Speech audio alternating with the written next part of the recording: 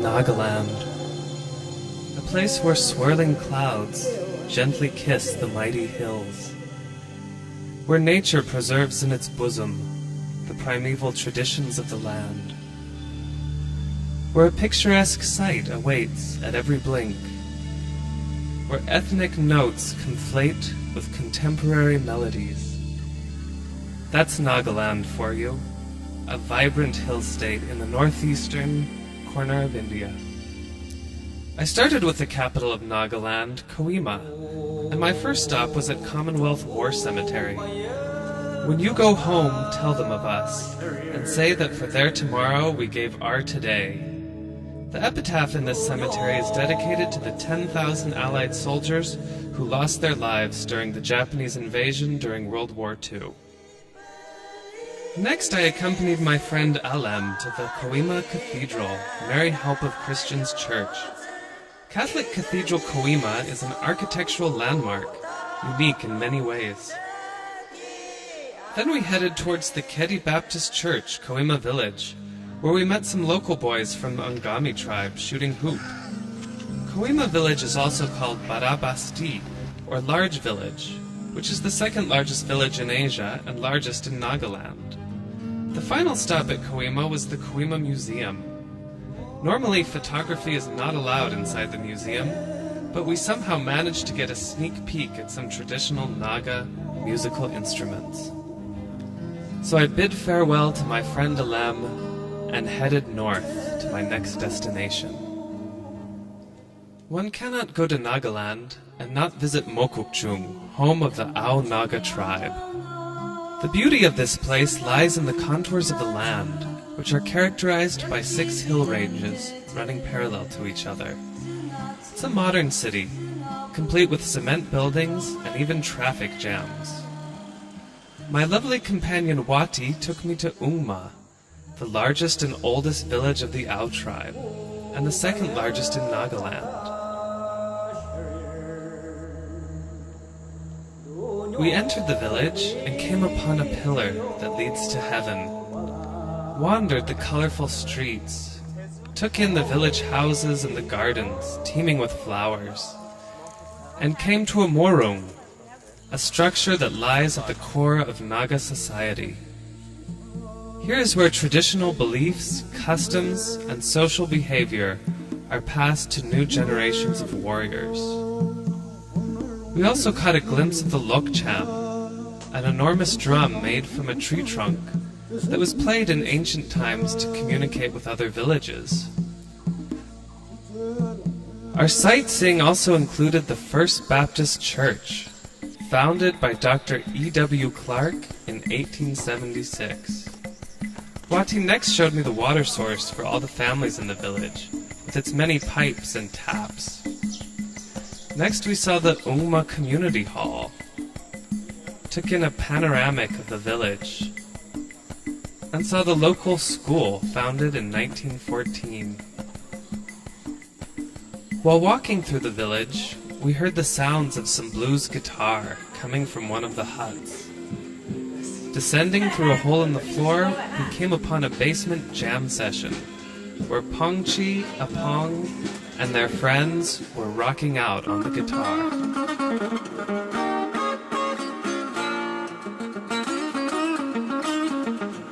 The family gave a warm welcome to their surprise visitors, and even gave me an impromptu sewing lesson.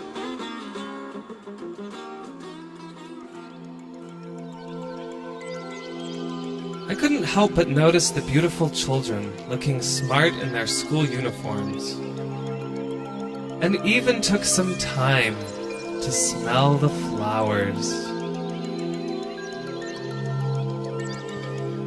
We took a visit to the local cemetery and wandered through the graves, inscribed with the names of the local deceased. Wati translated some of the inscriptions and dedications in Ao language.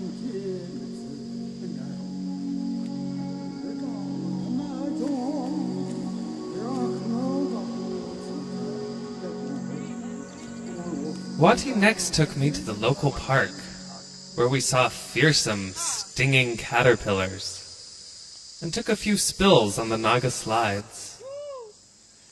The view of the forest there was overwhelming.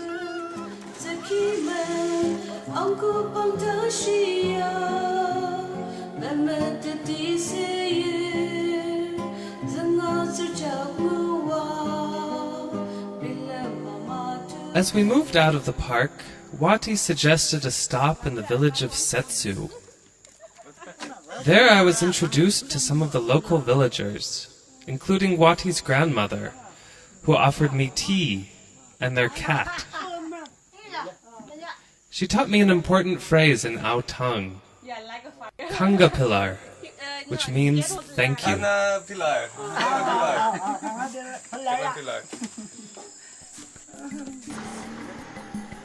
Next, Wati took me to the village of Longkum to see a local scholar and scientist by the name of S. Ayim Longkumer. All of his work. Wati translated his clever jokes in the Ao tongue, and we checked out his workshop.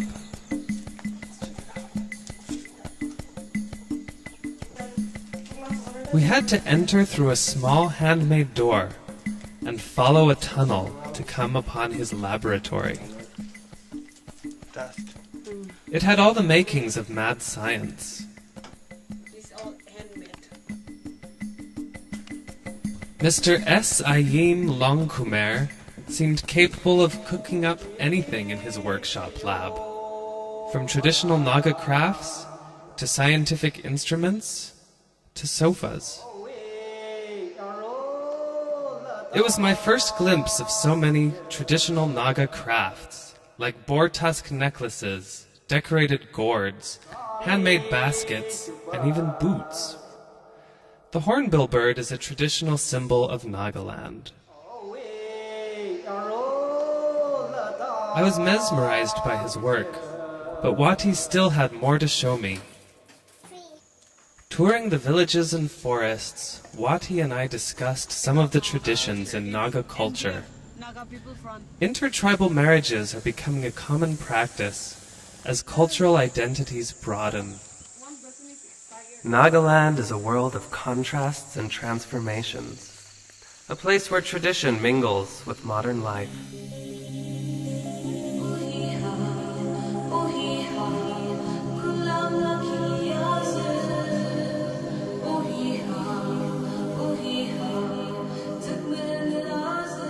Wati then led me to a mystical Naga staircase known as Longlangba. Legend has it that the staircase was inhabited by a beautiful girl named Itiban and her less than handsome boyfriend, China. We could see their bed, their footprints, and even their butt prints. Chena and Itiban, the Romeo and Juliet of the Aos.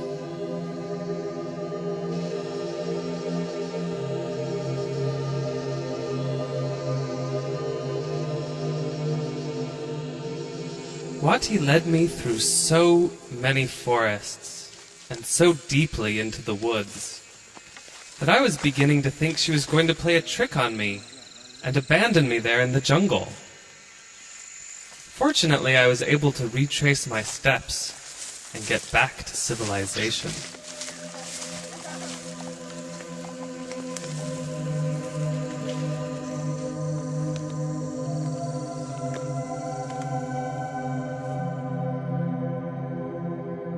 In Nagaland, guests are treated with warmth and hospitality.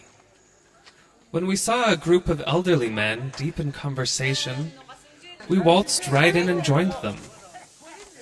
In a culture in which young people still have respect for the elderly, anybody can visit anybody. Soon we were offered smoked pork, plums, and plenty of affection.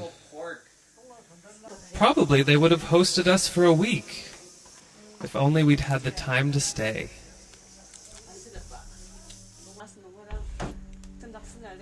We sat entranced as a beautiful elderly couple, known only as Otsula and Opu, or Grandma and Grandpa, sang us a traditional love duet in Ao language. First, Atsula sang her part. Then Opu picked up where she left off. This back and forth is typical of Ao musical culture. I was captivated by Atsula's jewelry and Opu's handmade shawl. When we got back to Mokokchung, it was Wati's turn to hum a few more numbers in Ao tongue. Tsukumi and Akum Lidang.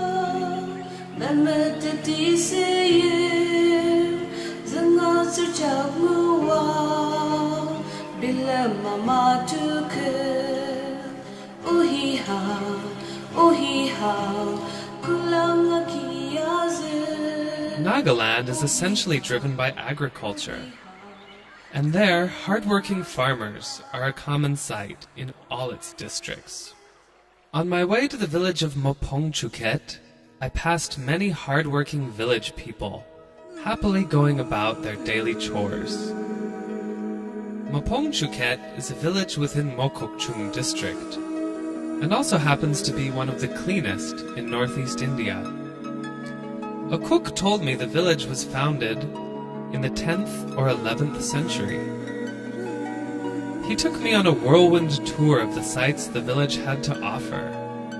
Potentially hazardous hanging bridges, the Sumkotanem Lake, and finally, on a walk through the trees to a local sculpture garden.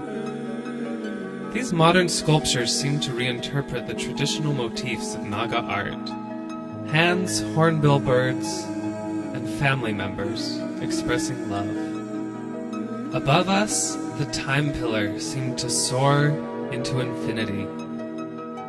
The origin of the village's name, Mopongchuket, is based on a tale associated with the fan palm leaf. Together we took a stroll through Langrentenem Park with its traditional bamboo morung and shaky steps.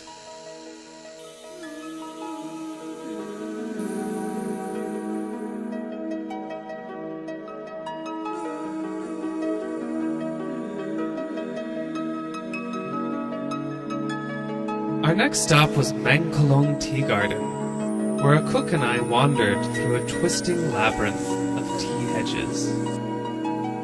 Before leaving Mopongchuket, we visited a church where a choir of elders was singing church songs in Ao language. Singers such as Chunumula and Toshi Minla sang us a hymn entitled Isu Ano Arotaki. Over 70% of Nagaland's population is Christian, and its influence is seen in the contemporary music.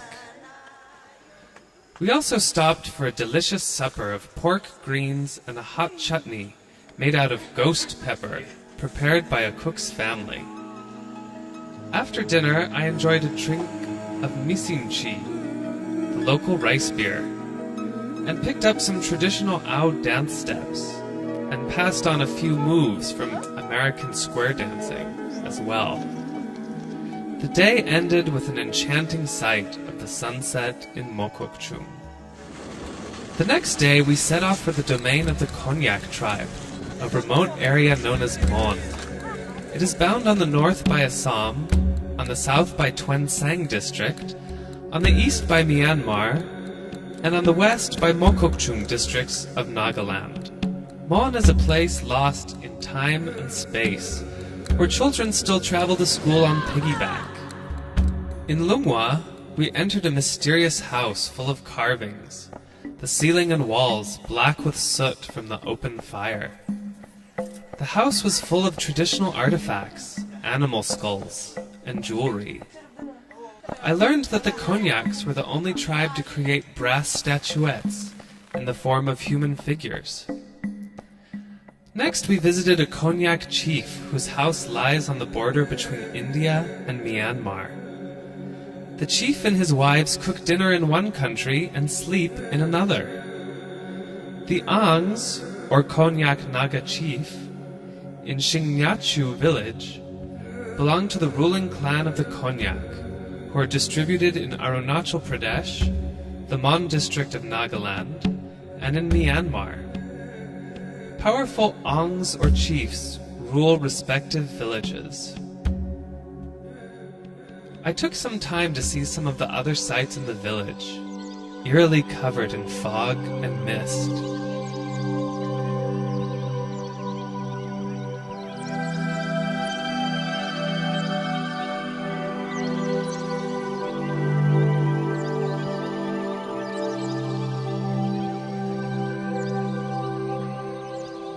We passed several local figures, chiefs and astrologers, dressed in characteristic Konyak costume. It seems everyone was working on something. On the roads, in the fields, and in the home. Even I tried to join them in their daily routine.